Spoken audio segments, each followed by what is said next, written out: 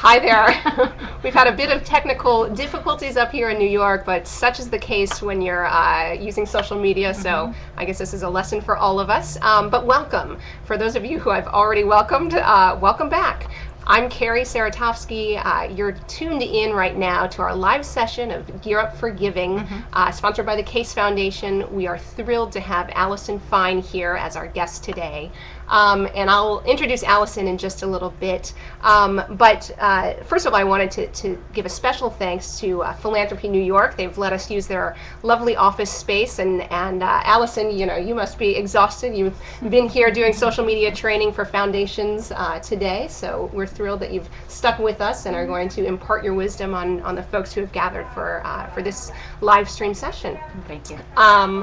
But as you know, these sessions, for those of you who have tuned in before, we're doing them every Tuesday and Thursday at 1:00 p.m. Eastern Time. The sessions are really only as rich as you make them. And that's why we're so thrilled to see your questions streaming in, not just your technical questions, but the questions about social media, the pressing questions that you have about your nonprofits. And there are several ways that you can get in touch with us. You can email at gearup@casefoundation.org. Or if you're already on Twitter, go ahead and tweet your questions using the hashtag #AGC. If you don't know what that means, perhaps we'll get to that a little bit. Yeah, we'll get to that a little bit later. And then, of course, the live stream chat that's happening just below the screen, please participate. We've actually found that the chat has been a bit of a community in that of itself. People are asking questions, and then other folks are weighing in and participating, especially as, if we can't get to the questions. So in any case, I want to start off by thanking some of our other sponsors and partners, the Goldhirsch Foundation, C3 Communications, and our newest partner, Flip Video. You can learn more about the Flip Video Spotlight program for nonprofit organizations. We'll put the link up shortly and let you know how to find out more about that. But you'll see on the right side of the screen, you can let us know how we're doing.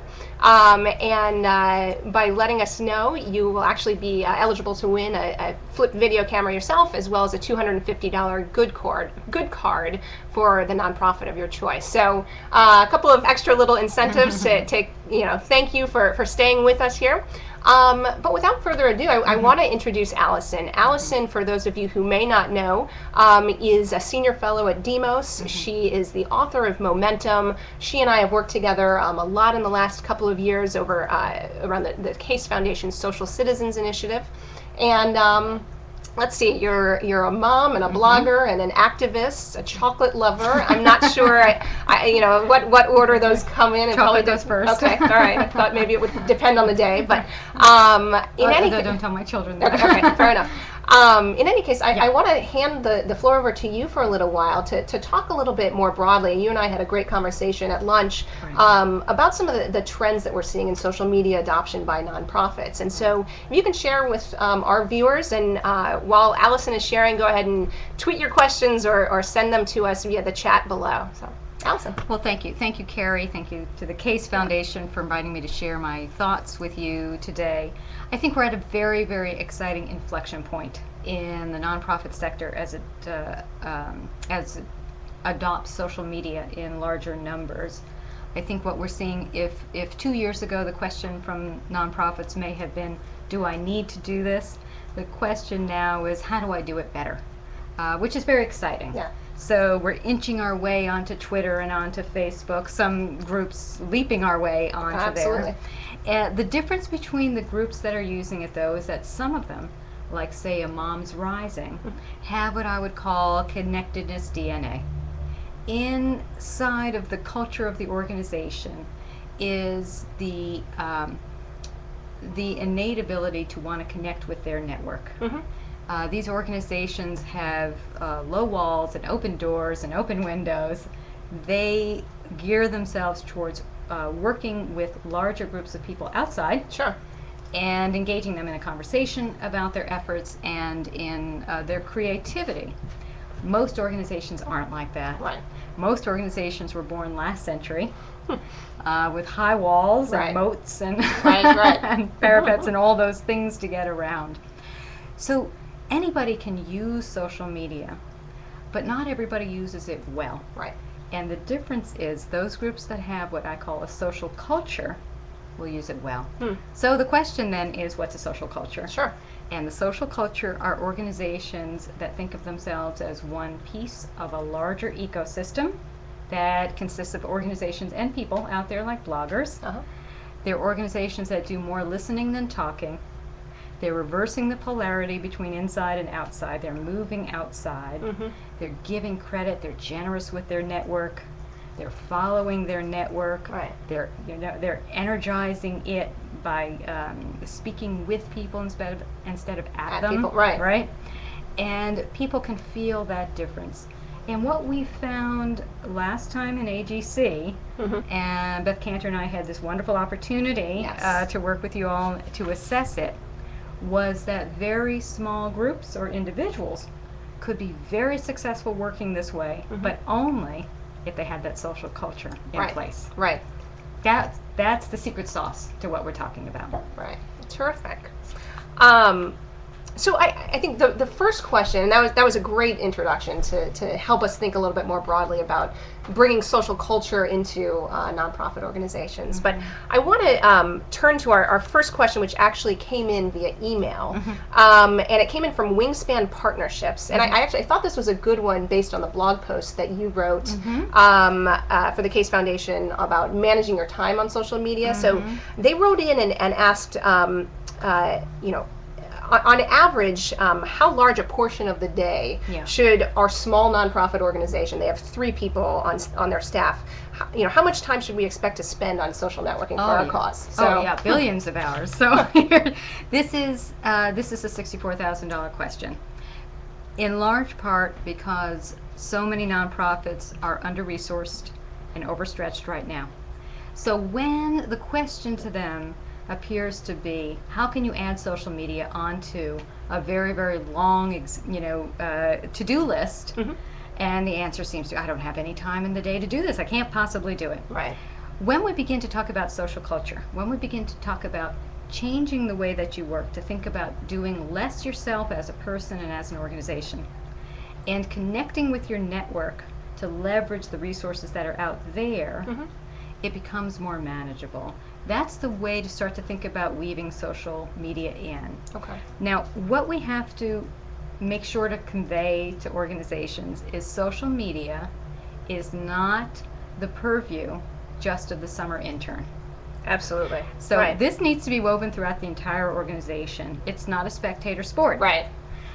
Everybody, top down, bottom up, needs to participate, needs to get hands-on, needs to get comfortable, needs to spend the amount of time it takes to master some of the tools.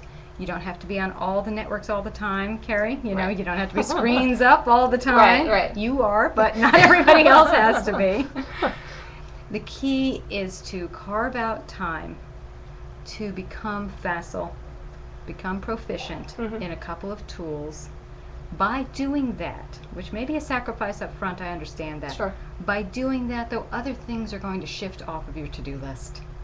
Because you're going to be connecting with your network. So instead of coming up with the whole plan by yourself, which would have taken, say, 100 hours, now you're connecting with the network who's helping to build that plan. It's going to take half of that amount of time. Sure. So there's no right percentage of time of the day. But we know it is going to take a significant commitment of time. By doing that, you change the way you work, which is the key. No, absolutely. So a lot of folks have emailed in, said, you just mentioned the fact that, okay, you can't just hand off social media to a summer intern. Then you have 3 months of the year, you have a really great presence on Facebook or on Twitter, but, what happens? So how do you get buy-in from your CEO? What is the best way to go to a CEO and say, hey, everybody's doing this. We have to figure out a way to make our presence known and to involve ourselves. So, so this is not an easy sell in some places. Although, in the past year, when I'm talking directly to CEOs, I hear them resist less, even though they're anxious. Right. They may not know how to start. Again, the response is, I know we have to do this. So that's different in this past year. I think that the staff people who are going to need to make this sell to CEOs and to boards, they need to do two things. They need to gather them up in the boardroom, right, pull out the laptop, and make it real. This is not an abstract conversation. Let's go, if you're a foundation, go on the Case Foundation site and look at all of the interesting conversations you're having on the blog and on Twitter. Right? Those are real life, everyday interactions and relationship building that's going on. Go on to Facebook. Look at what the Humane Society of the U.S. is doing on Facebook. So that's one part, is to make it real. The other thing that staff people need to do, Kari, is they need to create bite-sized pieces to help inch the organization in, right? So we're not going to throw out the old organization and start all anew. We're going to inch our way in. So we're going to find a project. AGC is a perfect example of a place to start to practice working this way. Once you begin to practice, once you begin to take the walls down and open up the doors, things begin to seep in. Before that CEO knows that they're going to be tweeting. Exactly. Right? Well, and we've seen that happen quite a bit. We have. That's what happens. Is the biggest barrier is fear of losing control. Without a doubt. Right?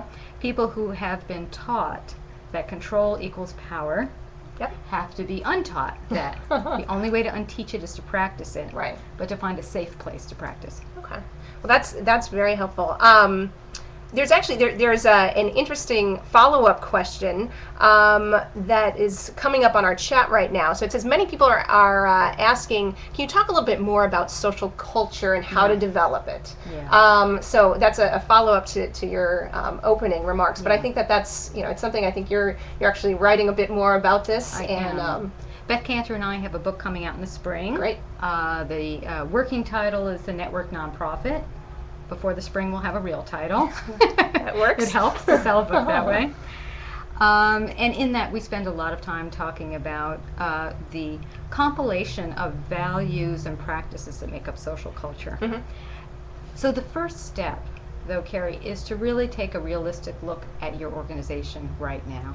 Take a step back and say, what are our habits here? Because that's what culture is. Culture is the aggregated habits, the norms of behavior.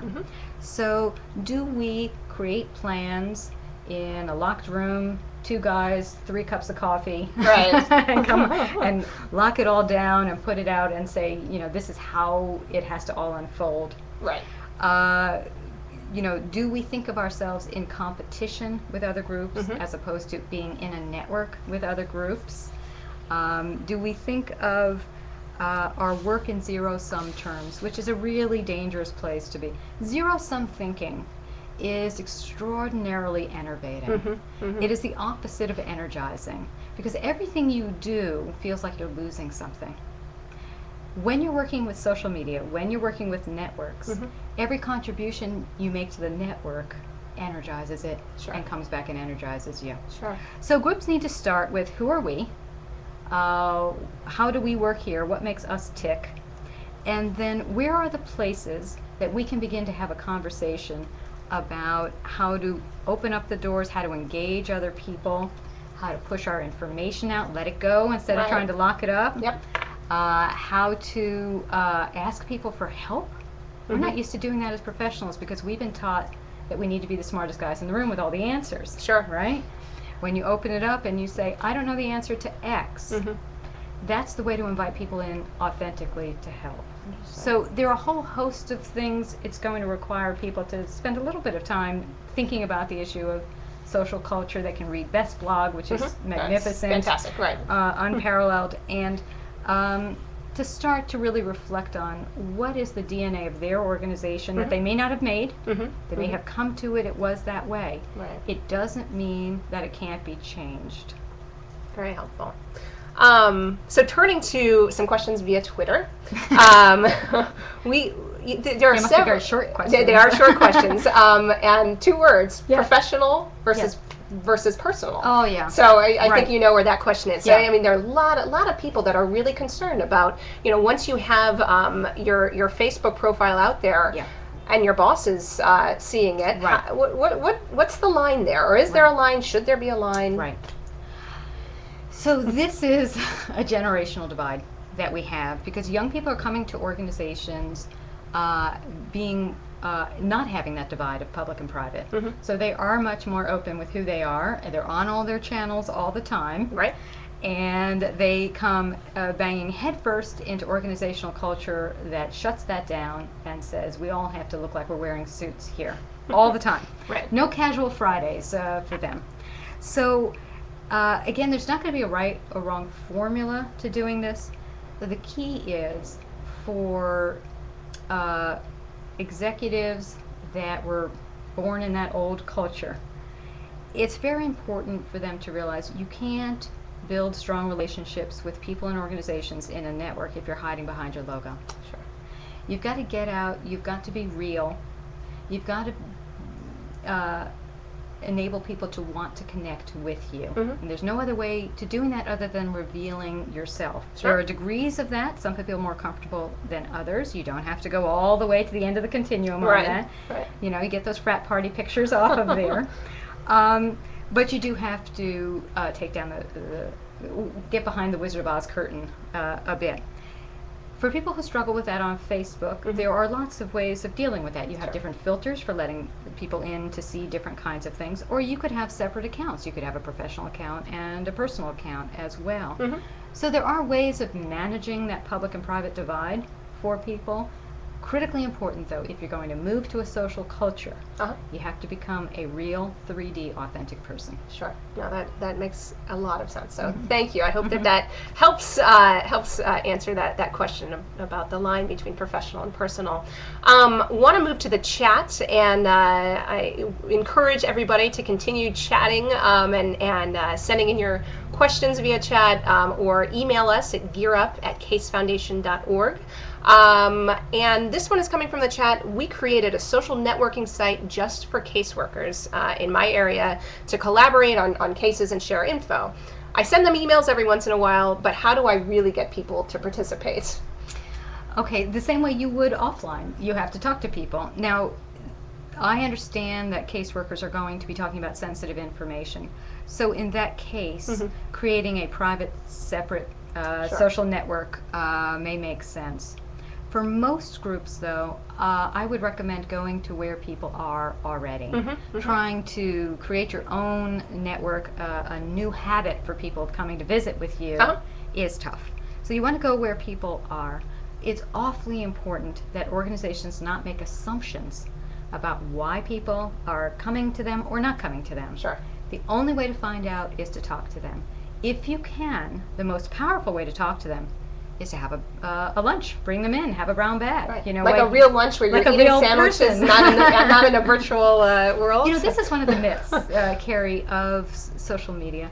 And it's back to that zero-sum game that I was mentioning, right? Is that too many people want to believe that if you're working with social media and you're working online, you're giving up something on land. They augment one another. Right. We are not ever dismissing the importance of working on land, meeting people in person, and trusting them.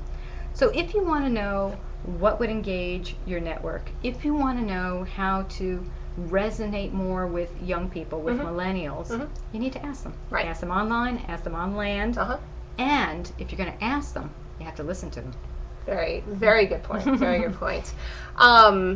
So let's see here. Also from the chat, this one actually is a pretty good follow-up to this last question. How do we drive people to our social media venues? In other words, we think we know our audience and what they care about. We've got Twitter, we're on Facebook, but what do we do to actually make these tools useful? I don't know if that's a tough one.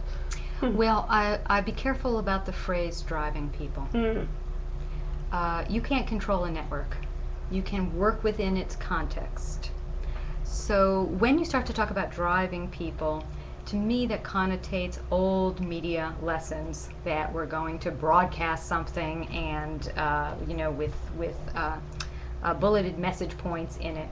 That's not what we're talking about now. What we're talking about is connecting with people, building relationships with people. When you're listening to them, when you're having conversations with them, on whatever channel they are, they're going to become more connected to you, and they're going to come and visit the things that you want them to visit. You can't make them. Some people are going to come, some people aren't. It's very important that groups are working on multiple channels. So when we say multiple channels, we mean using, as much of the toolkit as they can, Facebook and Twitter and email, which is really important. Yep. And that they are using every opportunity to build relationships when they can. That way, when people are talking about them, when they're talking about their cause, they're able to listen, they're able to respond. One of the ironies of working with social media, Kari, is you do as much following as leading, and that's a shift. That is, and that's a great way to put it. So apparently there have been quite a few questions about leveraging viral marketing techniques in social media settings. So can you point to any examples where viral marketing has really taken hold and helped a nonprofit organization, or specific thoughts about that? Well, here's a problem. I'll give you a problem. All right. A problem is the Do we need more problems, Allison? Well, we have enough problems in the world. Let's adding another one. Okay. Right? Fair enough. So here's a problem. The phrase viral marketing doesn't make any sense. And here's why. You can't make something go viral. You can leverage something that goes viral. You can hope for it. You can celebrate it. Right. You can't make it. Interesting. Remember what we saw in the first AGC, which is we saw some really talented network weavers. Those were people, whether they had experience with social media or not, were people who were cheerleading, who were connecting, who were stoking their networks, giving people bite-sized things to do. And it either worked or it didn't work. And you can't predict when it's going to work. So nobody who puts up a YouTube video, like Dan Carroll, he's the guy who had the guitar that United Airlines broke, right? When he posted that video, there's no way in the world for him to know that 5 million people were going to go and visit it, right? There's just no way to know when it hits. When it starts to go viral, there is a great catalytic moment where network weavers can really help it spread a lot more. When you can find influencers and networks who can tell their social networks, and boom, you're off and running. All the good habits that we're talking about being social, about being connected, about building relationships, enable messages and information to become viral. It can't become viral without it. But you can't ensure that something is going to become viral. Right. That's very helpful. I hope that was helpful to our folks on Twitter. I think there's a campaign of folks who are asking about viral marketing there. So this one is actually in reference to your blog post. And somebody tweeted in, how are shelters, like your friend Sheila in your blog post, currently using social media to reach their donors? What was the first part of that question? How are the shelters? Does Sheila work for a shelter? I think that must be what it is. Okay, so Sheila is a composite of the people that I meet when I go traveling. For those who haven't read the blog post, which is on the Case Foundation blog, Sheila is overwhelmed. She's overworked. She can't add one more thing to her to-do list. And here's social media. Everyone, the kids around her are all tweeting and pinging and poking and friending. And she's, at her wit's end about what to do about this. What was the rest of the question? So how someone like Sheila deciding to take that leap, or is she, or what? How do you bring her in? Okay, so Sheila needs to. One of the things that I worry about with my friend Sheila, Sheila is in my mind, since all of this is in my mind. Hey, that's all right. It's crowded. Sheila's 55. She's been working at nonprofits most of her career. The last 10 years as an executive director.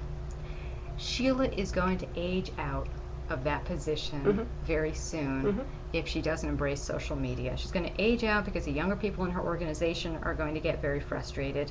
She's going to age out because she's not going to be effective as an organization very shortly. You can't keep working as silos, disconnected from people and networks, and be effective in social change.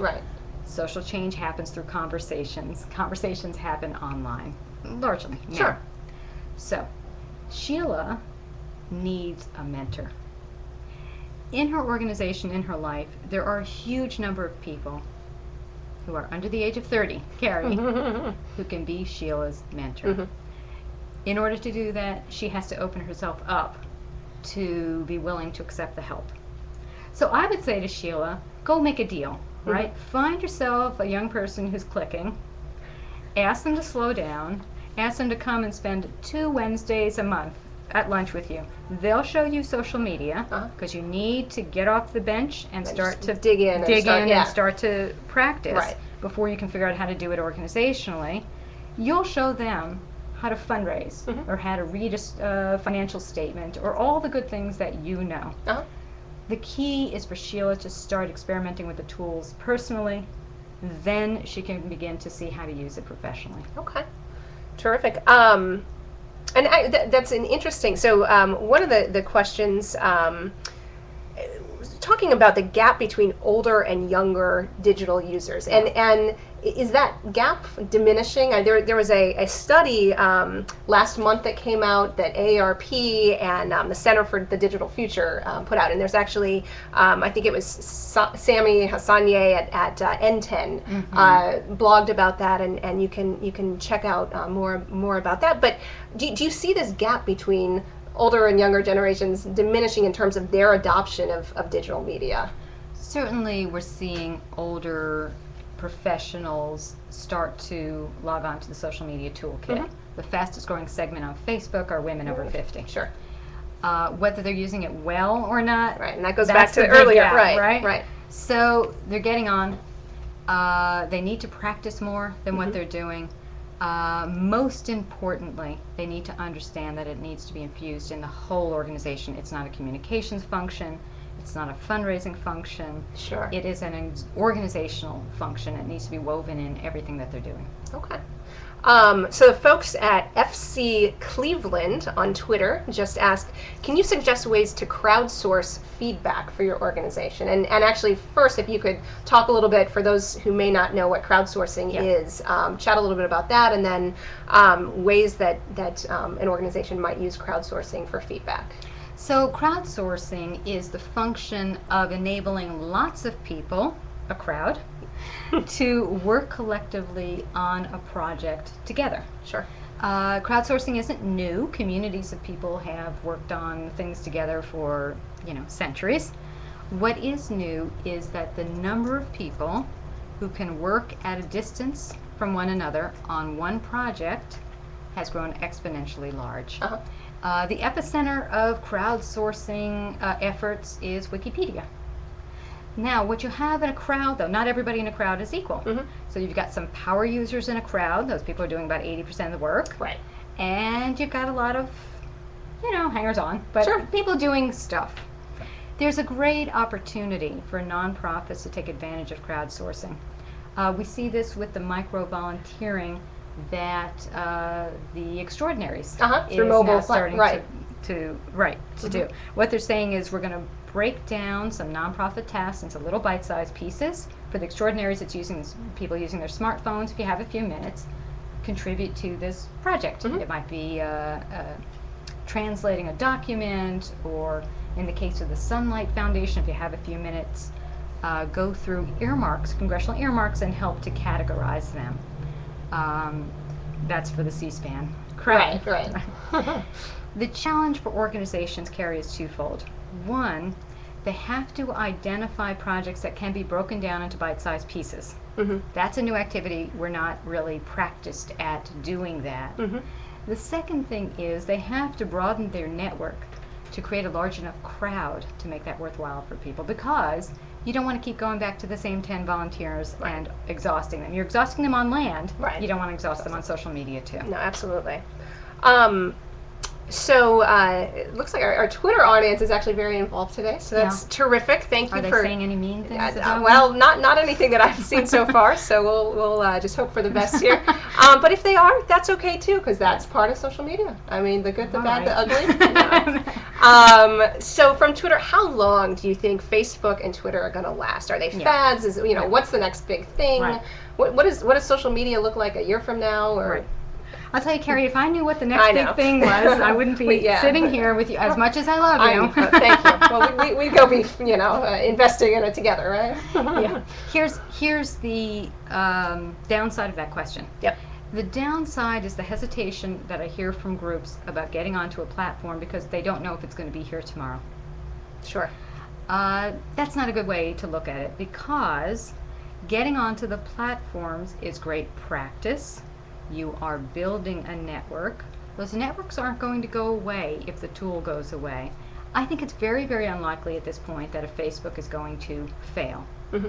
It's in our social media world, it's almost becoming too big to fail. Right? This is our version of AIG, in good ways. Oh, okay. All right. Sure. It's so I wouldn't want people to use that as an excuse not to get on. There is no way to know what tools are going to last and what aren't. I can know for sure online social networking is not a fad. It's the way we're going to be working for a long time. Sure. Very helpful, and hopefully that was helpful to our tweeter there. Yeah. So from the chat, do you have suggestions for creating an organizational policy? This is something I think we've seen. So an organizational policy for utilizing social media, or do you have any suggestions of how to start that? And I think that we've seen more and more of the larger nonprofits, trying to think through what their social media strategy is, but then that means, employing a new set of rules and regulations. So the Red Cross just approved social media policy. It was in-depth. I don't know that it has to be that in-depth. I saw a tweet a couple of weeks ago, and I can't remember the exact phrasing of it, but the essence of it was, be careful what you say, because it will be there forever. Fair enough. The essence of it.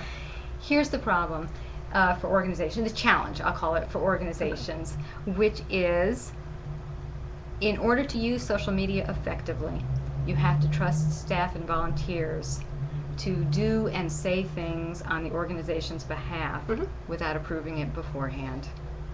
Regardless of the policy, that has to happen. If that is a struggle for organizations, that's what they need to talk about, not the policy. Sure. There does need to be codification of ways of behaving, if for no other reason than to allow staff to be comfortable in what they're allowed to do. There needs to be clarification of that.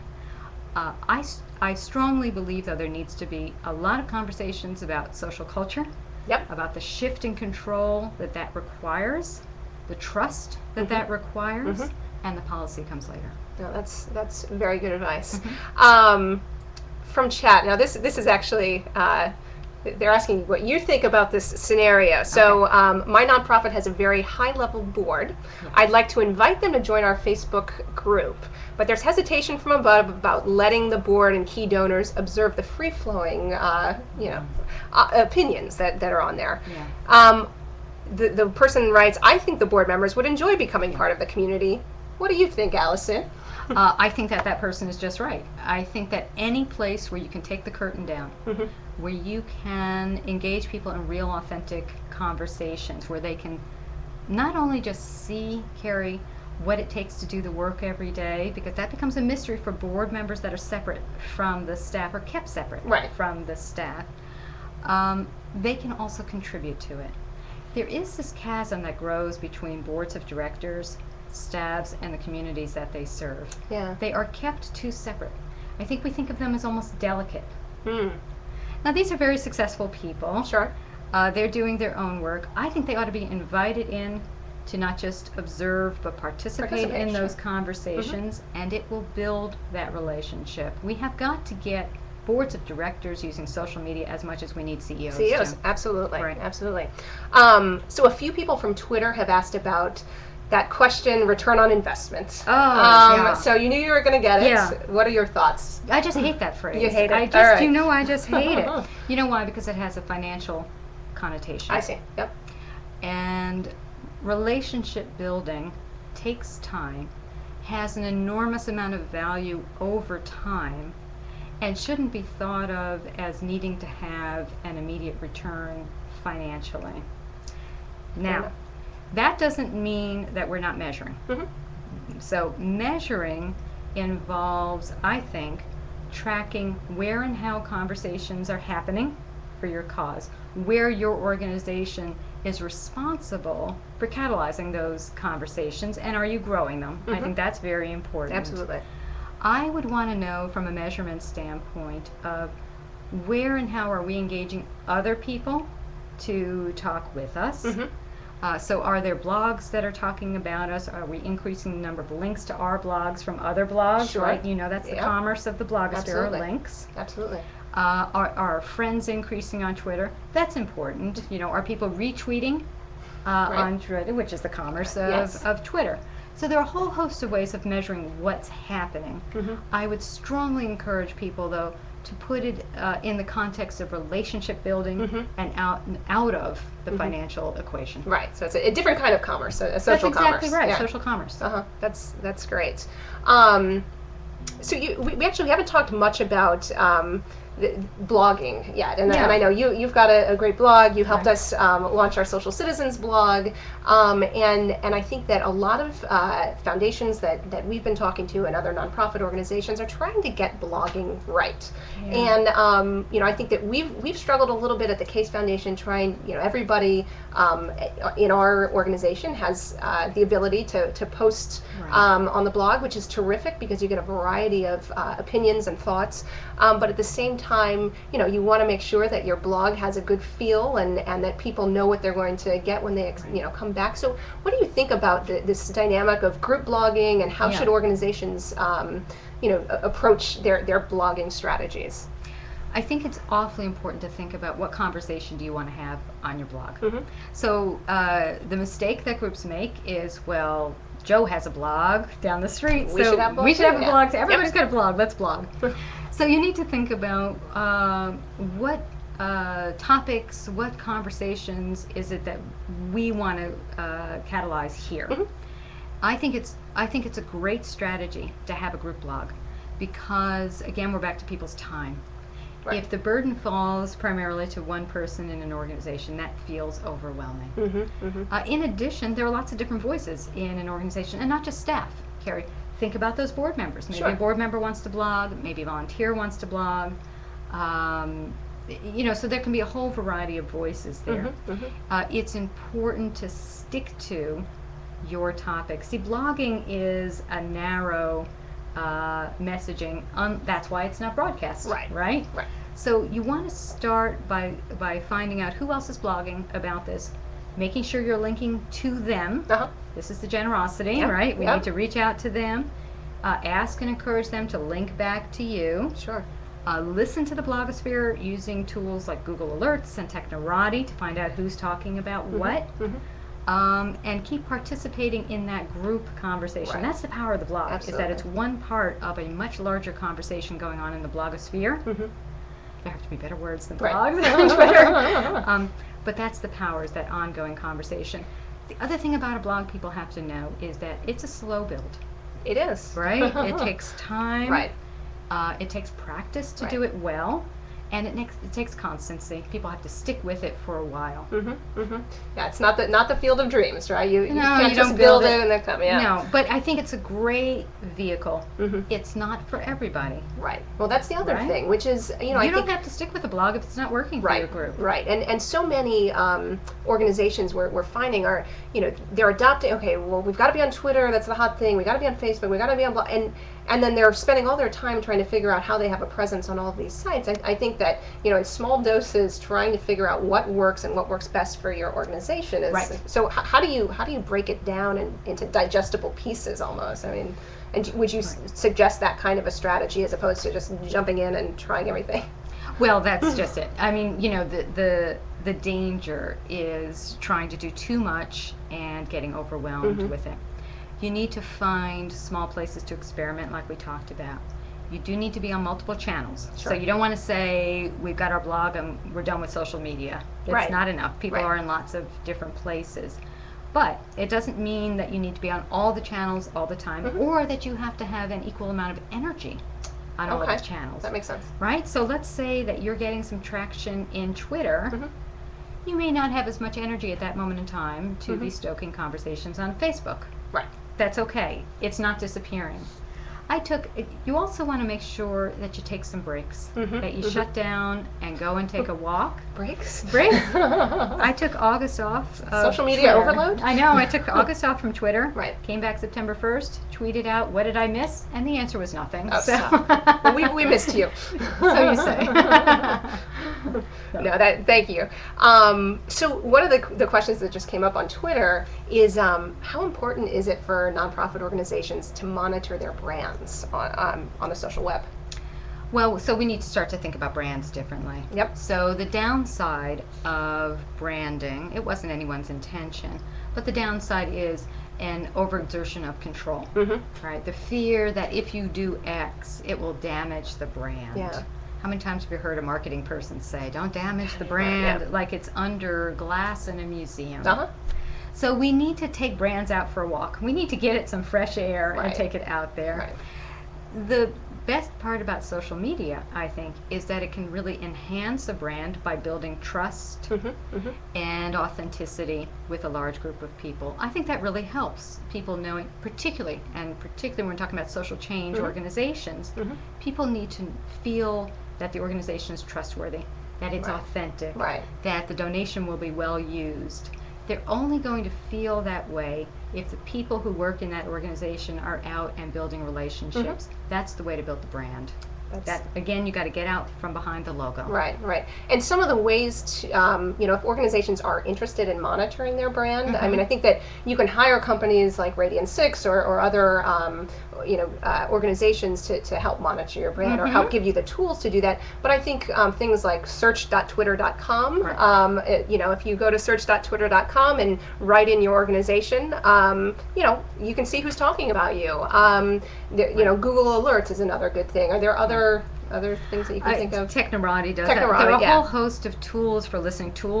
Listening is step one in working in social media. I'll tell you, I spoke to a person at a large foundation a couple of weeks ago, and we had spoken before. I encouraged him to start with listening, using those tools, and he called me a little bit in despair and said, I've been listening, and nobody's talking about us. And there was a pause, and then he said, oh, it's really bad, isn't it? I said, yeah, it's really bad. Nobody's talking about you because you're not talking. We're sitting behind your walls. But if you're trying to convince senior management and boards to engage in social media, the easiest, safest first step is listening. That's what Red Cross did when they were starting. Wendy Harmon is a fantastic She's terrific. listener. Yep. I'm getting the only 10 minutes left warning, so can you believe time is just flying by? So I want to spend a little bit of time talking about fundraising, online fundraising, and I think particularly the Case Foundation is getting ready to announce America's Giving Challenge Part 2. We're going to be doing it again. For those of you who are tuning in, you can find out more about America's Giving Challenge through our last challenge, which happened back in 2007, 2008, but we're getting ready to launch a campaign again, an online fundraising campaign. So tell us a little bit about, how do you think that you can have an effective fundraising strategy online? And I think I've heard you say, it's just because you have a cause on Facebook, it's not an ATM machine. So right. Well, so first of all, I think it's important for people to remember that online fundraising is not the only mechanism for fundraising. We're back to zero sum again. Sure. So you've got to keep doing things that you're doing on land. You've got to still be talking to foundations and major donors,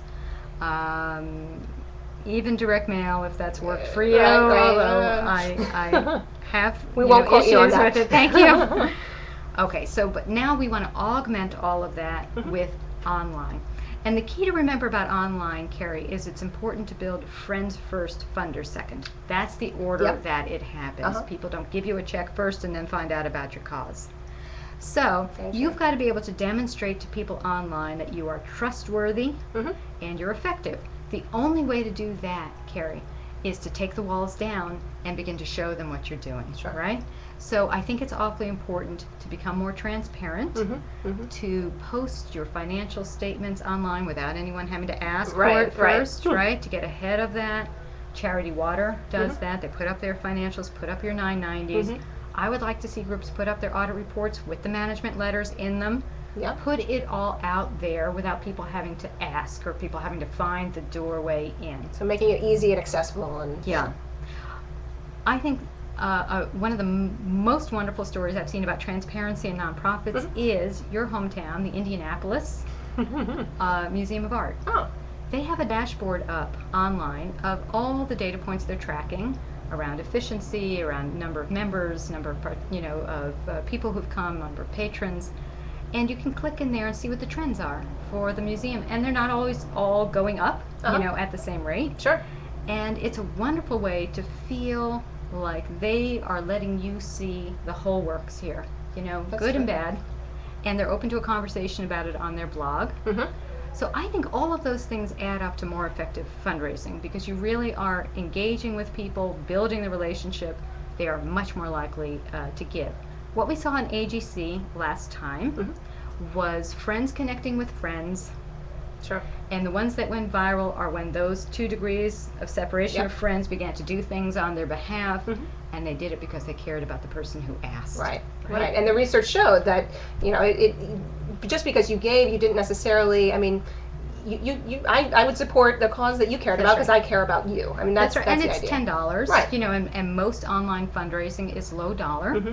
But we can't ignore the fact that giving is based on a personal request. Right. It's based on relationships, and that needs to be built by organizations. Yeah. Another interesting online fundraising campaign that several people have been asking about via the chat and via Twitter is Twestival. And you and I have spent some time with Amanda Rose, who's terrific, and they took the model that they did back in February. So for those of you who may not be familiar with Twestival, it was it was actually a Twitter campaign that took Twitter users and brought them offline to actually come together in their communities and for a night of fun, but raising money, and mobilizing around. The first time around it was for charity water. And just this past weekend, they wrapped up Twestival Local. And so do you have some thoughts about, how the Twestival campaign has evolved and if Twitter is going to be kind of the next way to move people to fundraise online? Well, it is. It's one way.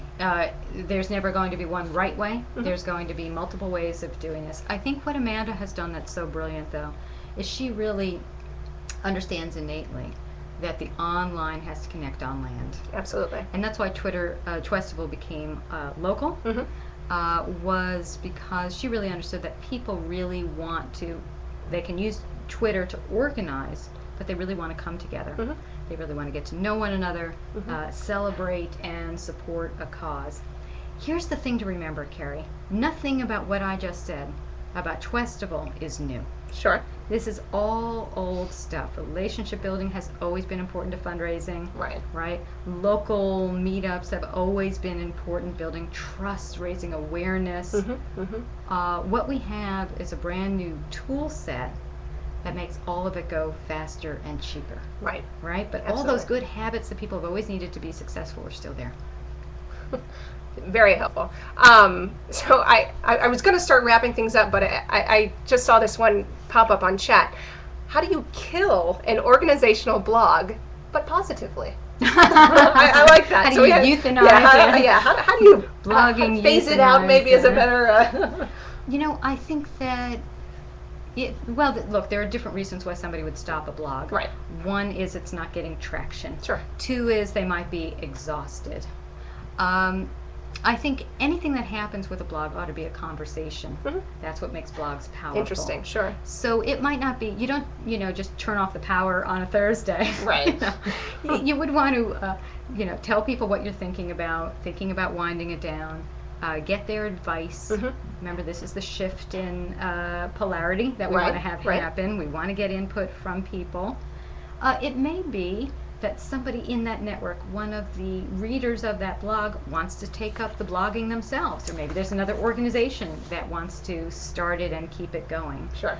Or maybe you just say, I'm going to archive it over here. It's been really fun talking to people.